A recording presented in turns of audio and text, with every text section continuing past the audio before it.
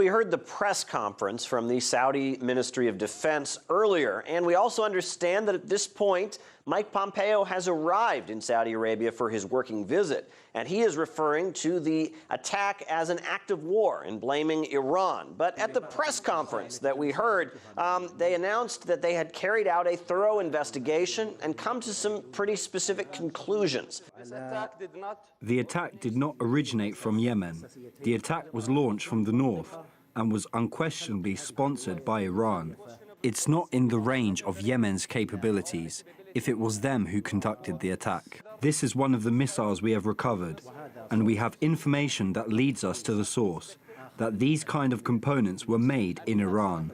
As the Saudi officials were speaking, they had scattered parts of the missiles throughout the room, and they pointed to these scattered parts of the missile to make their point that Iran was responsible. The Iranian regime and the IRGC are trying to hide any evidence of the components and the technology. I am sure we will spot the launch site. We are working, and whoever is responsible about it will take that accountability. Basically, as the Saudi officials were speaking, they argued that the components of these missiles were Iranian-made. They said that Iran is attempting to hide evidence. Interestingly, when they were pressed for details about the location from which the attack was launched, they gave some rather vague answers. This is Saudi officials responding to questions from reporters. When is the breaking point? What is the red line where you feel you'll be compelled to respond militarily? We are working right now to know the launch point, and when we have it, we will have evidence. The decision is not on my level.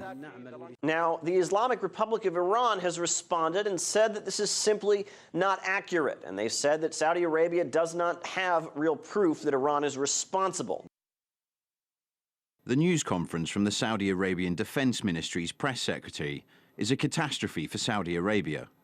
They've shown they cannot prove or know exactly where the cruise missiles and drones were made, from exactly where that attack was launched, or why air defence systems could not prevent that attack.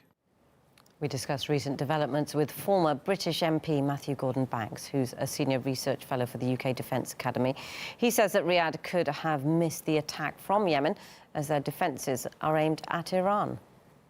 What they really mean is that the weaponry may well have been supplied, and probably was, by Iran in exactly the same way that my country and others have supplied arms to the Kingdom of Saudi Arabia, which have been used in this 4-year war against Yemen. Most of the weaponry and the cyber equipment is actually aimed at Iran and not at Yemen, and therefore all sorts of things could have come floating through the air from Yemen, which may very well have been missed. And I think that's probably what's happened in this case.